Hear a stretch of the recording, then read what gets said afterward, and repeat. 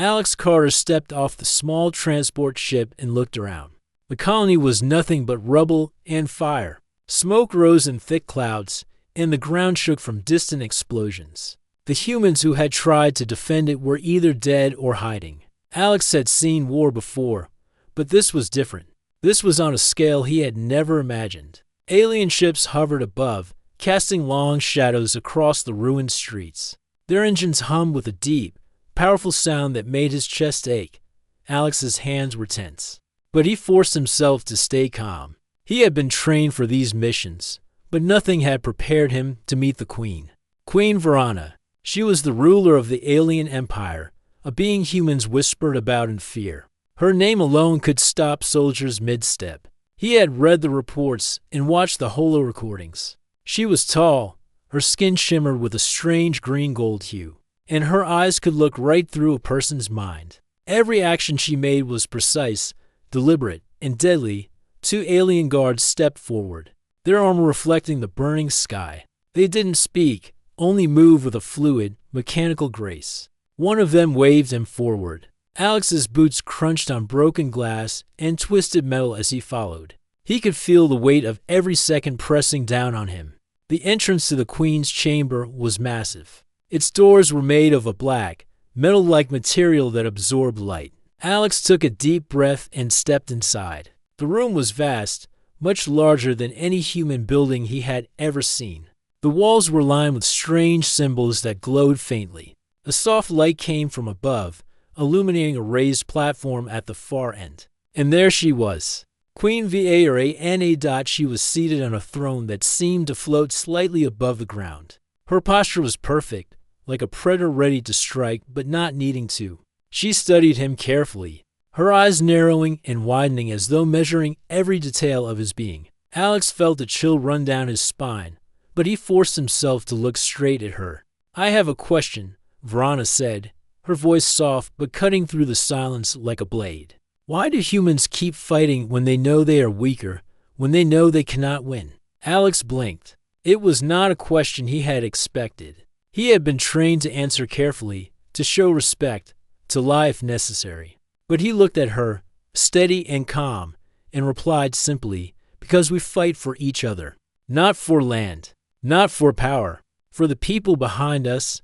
Verana's eyes widened slightly. She leaned forward, her hands resting on the arms of her throne. "Explain," she said. "Why does that matter?" Alex took a breath.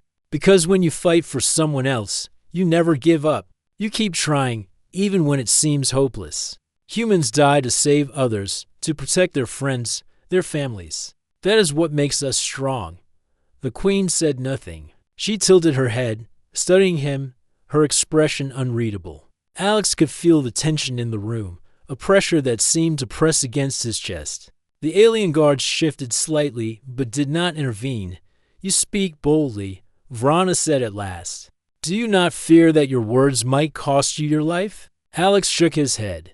"I fear nothing except leaving people behind." Verana's eyes flickered. No one had ever answered her like that. Most humans would have tried to flatter her, to lie, to beg. Some would have even tried to deceive her to survive. But Alex's answer was honest, simple, true, interesting, she said. "I have watched your kind from afar. You are fragile, weak, yet you continue to resist. I have not seen such persistence from any other species." While Alex thought of his friends, his team, he thought of the medic, Laura Hill, who had saved him more than once despite being injured herself. He thought of the civilians they had tried to protect. "Because we care," he said. "We care about life, about each other. That is our strength, even when we look weak." Verana stood slowly, her long figure casting a shadow across the room. She moved closer, her gaze fixed on him. "Care," she repeated, as if tasting the word.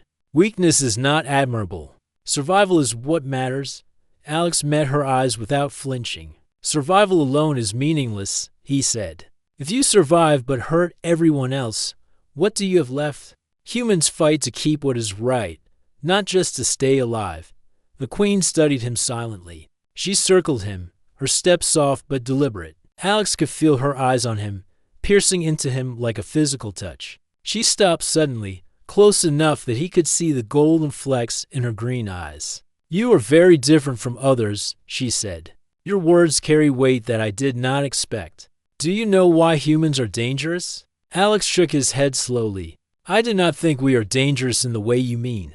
We are strong because we protect what matters to us, not because we conquer." Verona laughed softly, a sound that echoed like metal against stone. "And yet your species has fought wars before. You have destroyed, killed, burned. You are not innocent." Alex nodded.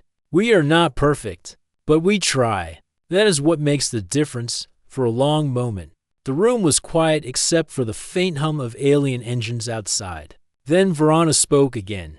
"Most of your kind would not speak like this. Most would beg, hide, or lie. Why do you trust me to hear the truth?" Alex thought of the people he had lost. He thought of the civilians who depended on soldiers like him to protect them. "Because if I lie, someone else will suffer. Honesty is the only way to protect people sometimes." The Queen's expression changed. It was subtle, almost impossible to detect, but Alex saw it. A flicker of something unfamiliar passed over her face. Curiosity, perhaps. Respect, maybe. She stepped back to her throne but did not sit. "You are brave," she said quietly. "Or foolish. I cannot tell which yet." Alex allowed himself a small breath. "Maybe both," he said. Verona's eyes narrowed again. "Most humans are weak. Most crumble under pressure. Yet you do not. Why?" Alex looked around the room at the symbols, the floating throne, the alien technology. He could feel the weight of the Empire in this chamber. He could feel the expectation of death pressing down on him. And still, he spoke simply. "Because I fight for people, not power. Because I care enough to keep going even when it seems hopeless." The Queen said nothing for several moments. She stared at him as if trying to understand something larger than herself. Then she sat back on her throne and gestured for the guards to leave the room. The tension lifted slightly, though not completely. "You may live," she said finally. "For now. But your words, they will not be forgotten. Perhaps they will teach me something." Alex nodded, keeping his voice calm. "I hope they do." Verona's gaze lingered on him. Then, with a wave of her hand, she dismissed him. As he walked toward the door, he could feel her eyes on his back. She was studying him still, trying to understand the human in front of her, outside. The transport waited. Alex climbed in, his heart still racing. He had survived the first encounter with the Queen, but he knew this was only the beginning. She had asked a question that could have ended his life, and he had answered honestly. Somehow, that honesty had stunned her. The ship lifted off the ground, shaking slightly as alien defenses fired in the distance. Alex looked down at the ruined colony, at the fires and smoke, at the people who had died or suffered, and he felt a deep ache. He had fought for them, and he would continue to fight. That was what made him human. That was what made him strong. And somewhere deep in the galaxy, the alien Queen was thinking about his answer. Something in her had shifted, though she would never admit it. She had expected fear, lies, excuses, but instead, she had received truth. And truth was more dangerous than any weapon. Alex leaned back in his seat as the stars passed by. He did not know what would happen next, but he knew one thing. Humans could survive anything because they fought for more than themselves. And somehow, even a queen from across the galaxy might learn that lesson one day. Alex Carter returned to the alien flagship, escorted by 2 silent guards. The halls were wide and high, with glowing panels that pulsed softly, casting strange lights on the walls. He tried to keep his breathing steady. Every step reminded him that he was in the heart of an empire that could destroy worlds in minutes. And yet, the Queen had not harmed him. She wanted something from him, understanding, maybe more. He did not know, and he had learned not to guess with beings like her. He was brought to a chamber far larger than any human hall. It was empty except for the Queen and her throne, which seemed to float above the floor. The room had walls of strange crystal, shimmering with colors he could not name. Light reflected in patterns that made his head spin slightly. He had to force himself to focus on the Queen. Queen Verona was seated but not relaxed. Her posture was sharp, controlled. She watched him with an intensity that made his skin tingle. "Sit," she commanded softly. Alex obeyed, keeping his hands visible and his voice steady. "I want to understand your kind better," she said. "You speak boldly, and yet you are alive." Why? Alex thought for a moment. It was hard to explain his people to someone who had never seen compassion, who valued power above all. "Humans survive because we care for each other," he said slowly. "We keep going, even when the odds are against us, because we protect the people around us. It is not about winning or losing. It is about trying." Vrana tilted her head. "Trying is not enough. Many of your kind have fallen. Many of your cities burn. Why do you continue to fight when failure is so likely?" Alex nodded, expecting this question. He had thought about it many times. Because failure is not the end. Each time we fight, we learn something. Each time we protect someone, we grow stronger. Humans are not perfect, and we do fail, but we never stop caring. That is what makes us dangerous in a way you may not understand. The Queen studied him for several long moments. "Tell me a story," she said finally. "A story of your people that shows this strength you speak of." Alex remembered his medic, Laura Hill, and the day she had saved civilians while under fire. He took a deep breath. "My friend Laura was a medic. She worked in a city under attack. The enemy had breached the walls, and civilians were trapped. She went into the streets to help, even though she knew she could die. She carried children, tended to the wounded, and never stopped, even when she was injured herself. In the end, she died saving others. But because of her, many survived." Vrana's eyes narrowed. "She died? Why do you admire such weakness?" Alex shook his head. "It is not weakness. It is courage. It is what humans do when we care more about life than ourselves. That is how we survive, not by being the strongest individually, but by lifting each other up." The Queen stood and walked to a window that looked out over the galaxy. Ships moved like tiny insects below, and stars glimmered in the distance. "Your words are strange," she said softly. "I have ruled for centuries. I have seen entire species fall, and yet you speak as if your kind is something no one else has. Explain again why humans are special." Alex thought of his family, his friends, the people he had sworn to protect. "Because we care enough to act even when it is dangerous. Because we fight for people, not for power or glory. Humans take risks for each other, and that makes us stronger than anyone who fights only for themselves." Vrana did not respond immediately. She walked slowly back to her throne and sat down.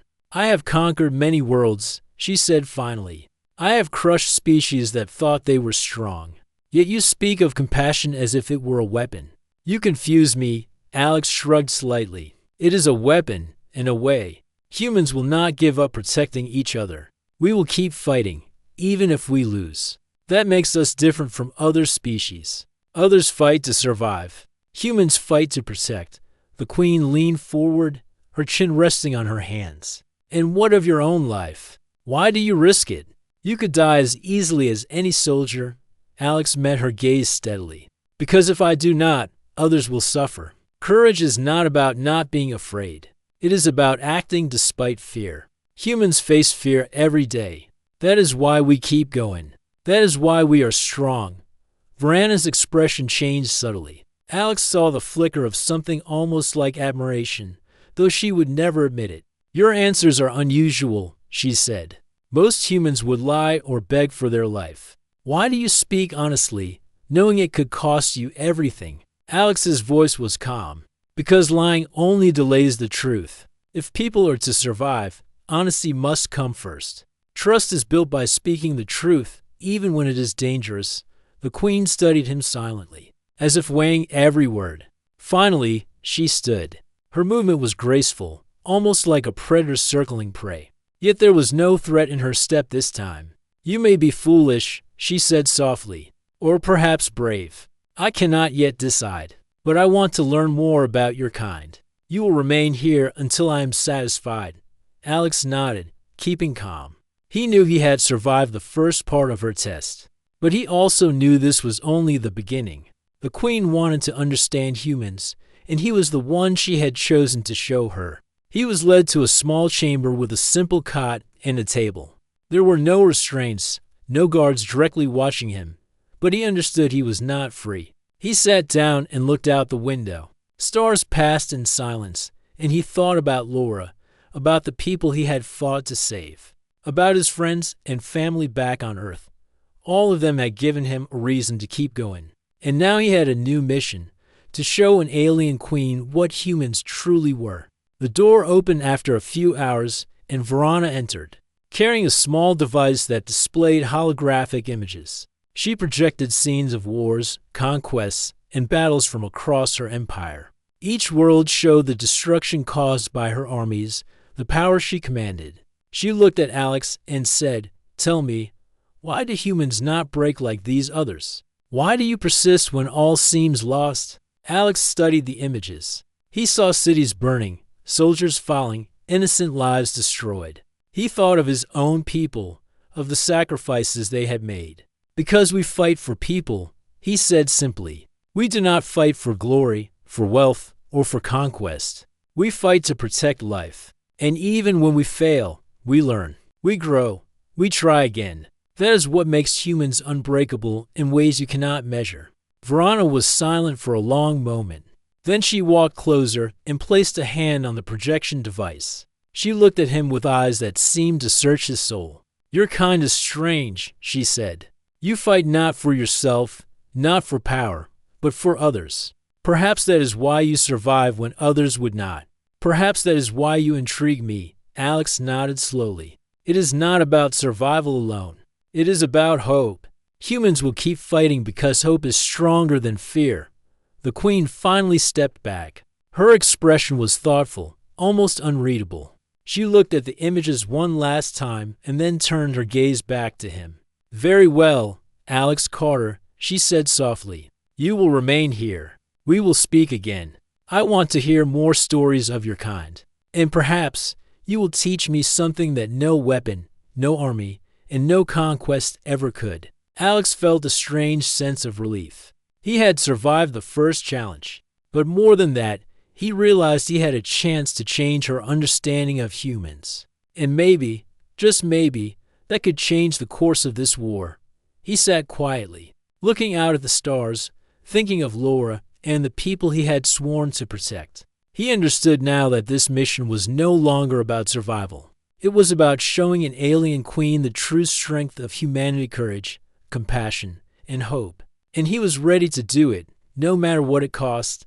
This is part 2, around 1,400 words, continuing the story from part 1. Keeping the HFY theme, using simple language, and in third-person style. If you want, I can create part 3 next, continuing the story and deepening the relationship between Alex and Queen Verona. Keeping the same style. Do you want me to write part 3 now?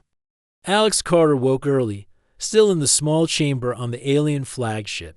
The room was quiet except for the soft hum of the ship. He had not slept well. His mind was full of images from the colony, of the Queen's eyes, and of the stories he had promised to tell. Today would be another test, he knew.